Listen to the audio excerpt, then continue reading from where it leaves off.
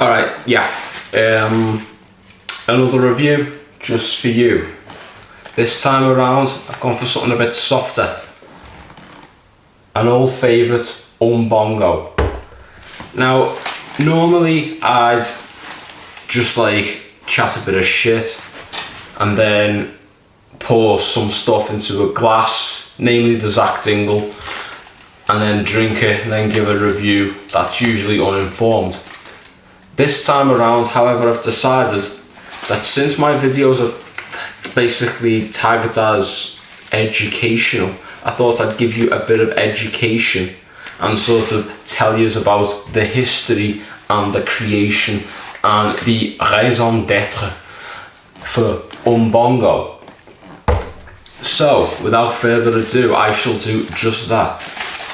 On the back, well, on the front of this mostly discarded hot point envelope, I've written down some research of Umbongo, and I shall proceed onwards now to tell you more about Umbongo. So, basically what happened was, way down deep in the middle of the Congo, there was this like hippo who took an apricot, a guava and a mango, stuck it all together, and then he danced this like, he started dancing a tango. Basically, he was a bit of a mad cunt, or she was, didn't say. By the way, my research comes from an advert, so that's how I know about the tango dancing hippo with his apricot, guava and mango. But I digress. The rhino then decided this concoction needs a name, so we'll call it Umbongo, the rhino said. And from there, a python turned up.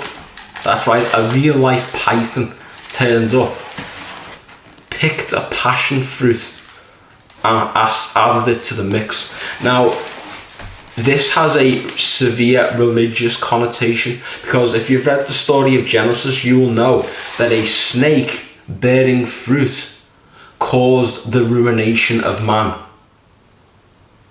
This one, however, was welcomed by the rhino, and from there they helped create Umbongo together. Which is there's a good message there. There really is. It's basically, it condemns discrimination and prejudice towards the snakes, because quite frankly, the book of Genesis did them dirty there. Not all snakes are bad, and the Umbongo advert reminds us of this. A snake bearing fruits can actually have a benevolent future. They're not all as pernicious as the one in the Bible. So yeah, remember that. Discrimination, prejudice, wrong, don't do it. Sometimes you can get something good, like Umbongo. But that wasn't all. A marmoset turned up. A fucking marmoset. Imagine that. Bearing mandarins. That's right, not the Chinese language, I'm talking about the fruit. They bared fruit, and they said, well, since you're getting involved, python, and rhino, you're making a load of fruit stuff together, can I tag along? And you were like, yeah, go on, absolutely, go ahead, you're more than welcome, mandarin guy. Mandarin marmoset man. Yeah.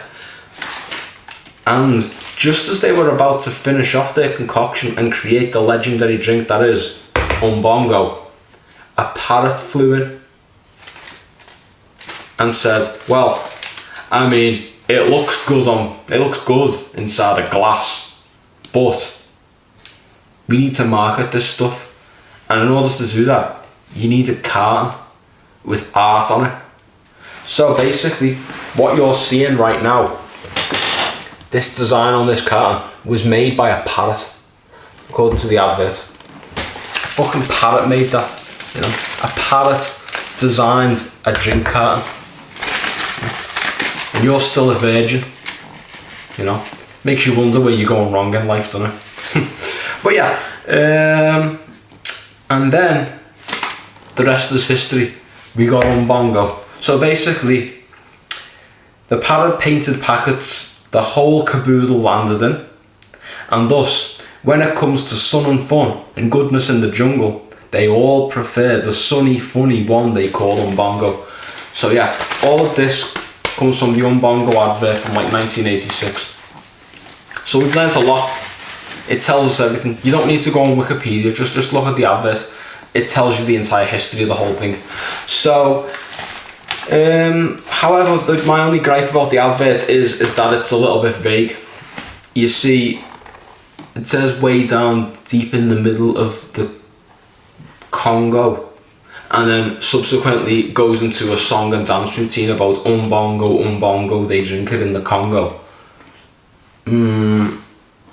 That kind of gripes me a little bit, because which Congo he is referring to here, because there's two of them. There's the Republic of Congo and there's the Democratic Republic of Congo.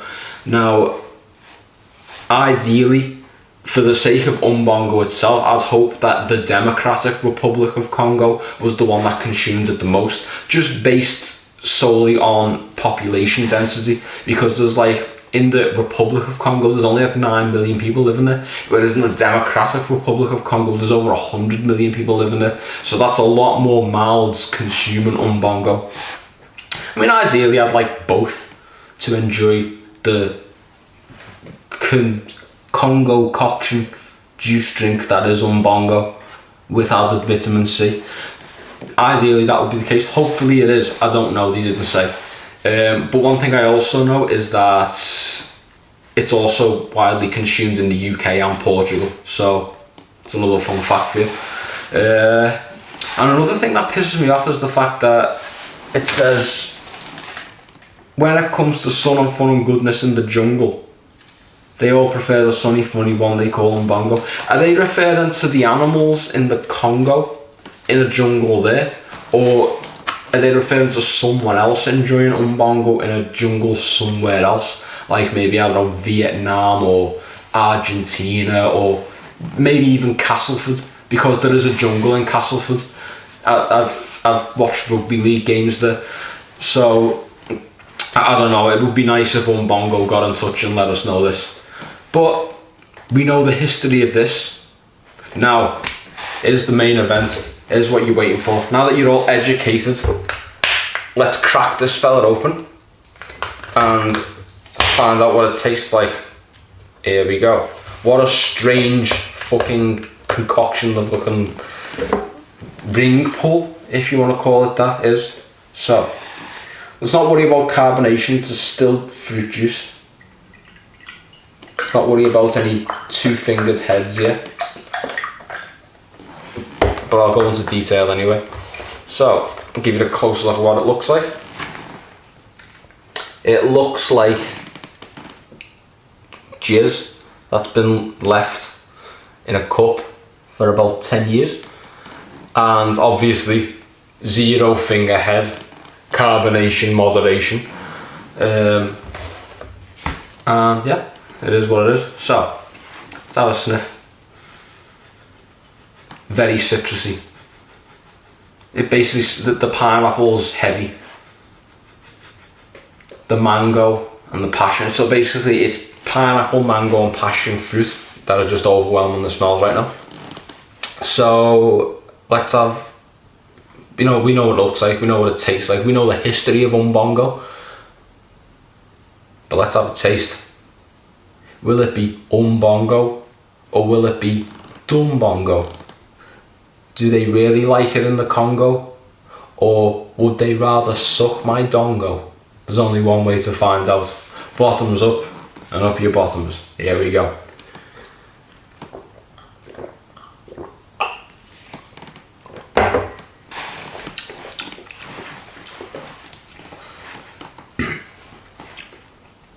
Yeah, it's nice. It's very sweet, but it's not as intense as I thought it'd be. I expected something that was really fruity and a little bit tangy, a little bit sour, because it's got that much stuff in it, like fruit wise, but it's very easy to drink. It's tasty, it's sweet, and it leaves a good aftertaste of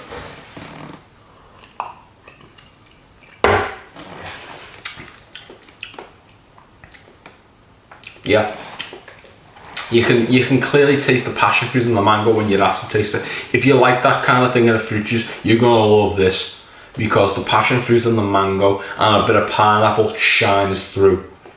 It really is. It really is the dog's bollocks. You know, it's brilliant. I can see why the people of the Congo, UK and Portugal enjoy it. Again, if I was in the Congo, it doesn't matter which one, I'd drink it because it's good. You know, I mean, like I say, I hope it's both, because this needs to keep going. The more it sells, the better. You got to keep Umbongo in business. It's good stuff. It really is. It's a 10 from me. So yeah, you know, just like over 100 million people in the Congo Democratic Republic, and also 9 million people in the other Congo. Join together, enjoy it. It's really good. Umbongo. Enjoy it in the Congo and everywhere else. Hope you've enjoyed this video as much as I've enjoyed the sunny, funny one they call Umbongo. Hope you have a good night. Signing out. Take care.